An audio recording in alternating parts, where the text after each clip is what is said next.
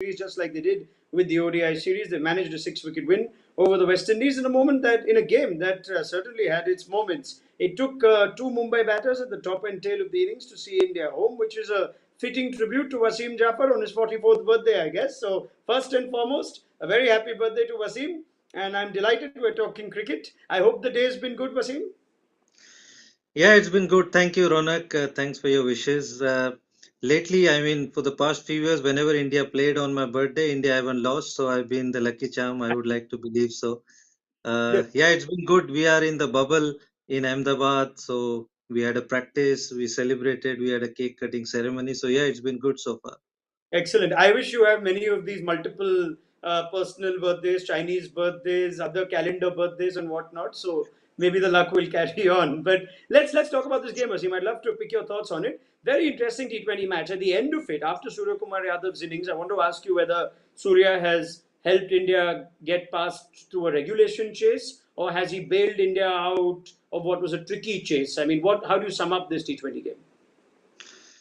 I think if I talk about the chase, Ronak, I think India would have been happier if, they would have got Virat Kohli scored some runs and Pant would have finished the game would have Hmm. been ideal. It did look a little bit tricky when Iyer came out to bat. Even though he did a pretty good job, and I think Rohit Sharma and Rahul Dravid would be happy that these two guys have finished the game for India. So that is definitely a good sign. But I think with Virat not making a big contribution and but the shot that Rishabh Pant has played and got out, I mean, we have seen it quite a few times. I mean, he's a mercurial player when he gets going. But I think in T20 international, Ronak, he hasn't got going as yet, like he has done in the Test cricket and One Day cricket. So that is a little bit worrying sign. Sometimes I feel that whether number four position is far, little bit up for him, or probably five, is better number for him. That's just a question mark. But I think India would have been happier with two wicket less. Hmm. I think would have been good. Yeah, which only further, I guess, makes us appreciate Surya Kumar Yadav's innings. And it's not the first time we're seeing this. He's almost seamlessly gone from doing the job for the Mumbai Indians to doing it for India now. He's only made his international debut, what, a year or so back. So is he now, where do you see him and his game in white ball cricket? Where does he stand in comparison to the Shreyas Iyers of the world? I think we spoke earlier that perhaps he's in waiting in ODIs, but is he with each innings becoming more and more of a certainty in white ball formats? I think so. And the kind of shots that he plays, and the areas that he hits the ball, I think he doesn't let anyone come on top of him as a bowler.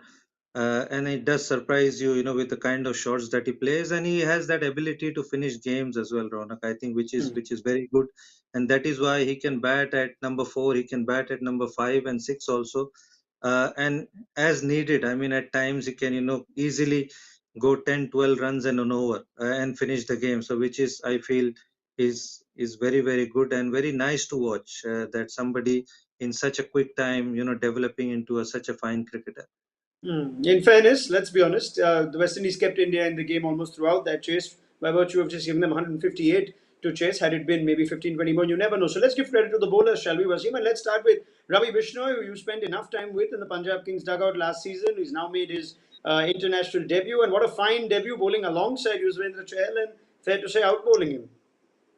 Yes, really, really pleased to see his analysis and the way he's handled himself in the first international game. Obviously, the catch that went that his leg touched the rope. I think that was just probably the nervousness, and then I think the when he came on to bowl, I thought he came into his element and fine performance in the first game. I think he had a dream start, and that is what I expected. Leg spinners always do well against the West Indies, and he did really really well, and I'm glad to see him do well in his first international game. Was it a bit of a no-brainer that both leg spinners would have played together? I've been very curious to see if Washington Sundar was fit or if both Aksar and Jadeja were part of this squad, whether Rohit Sharma would have gone that way. But it seemed like a really good call to play both leggies. Do you see more of this with the new management and the new leadership? I think it's a good call. I mean, even in Punjab Kings, we did play Ravi Bishnoi and Murugan Ashwin at times, and I think it's a very positive, way to go to the game. Sometimes the finger spinners have very limited options, Ronak. So I think going with two leg spinners, it always, it can give you dividends. The leg spinners always brings you in the game, and that is what we have seen. Both Chahal and Bishnoi have bowled so well in this game, and I see, in future also we might see both of them playing. You never know. Hmm. Right, fair enough. You can expect, therefore, more leg spin in the next T20I too. Looking at the West Indies batting effort, Nicholas Pooran very good, a bit lucky to survive that six early on. But what are the takeaways for the West Indies from this game? They had their moments, but it didn't quite all come together. Yeah, I think obviously Nicholas Puran's inning was the standout. Had that catch had been taken, I wouldn't have seen them score this many runs as well.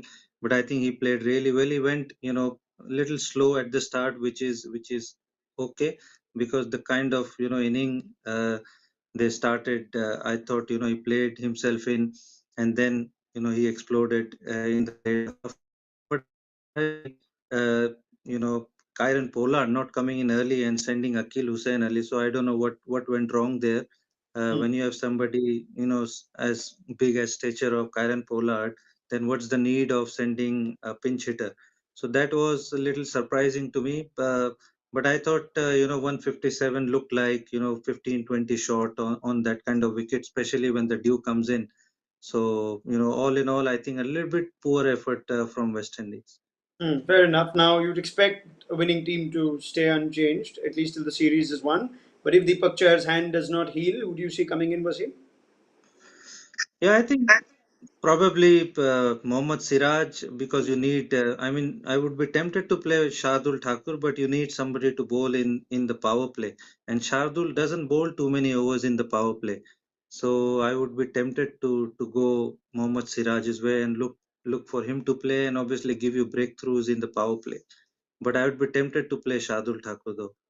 Hmm, all right, fair enough. Let's pick up this chat in a couple of days. Wasim Jaffer, thank you so much for wrapping up what was pretty entertaining T20 International. I think the first, yes, of 2022 for India, and they've started it on a winning note.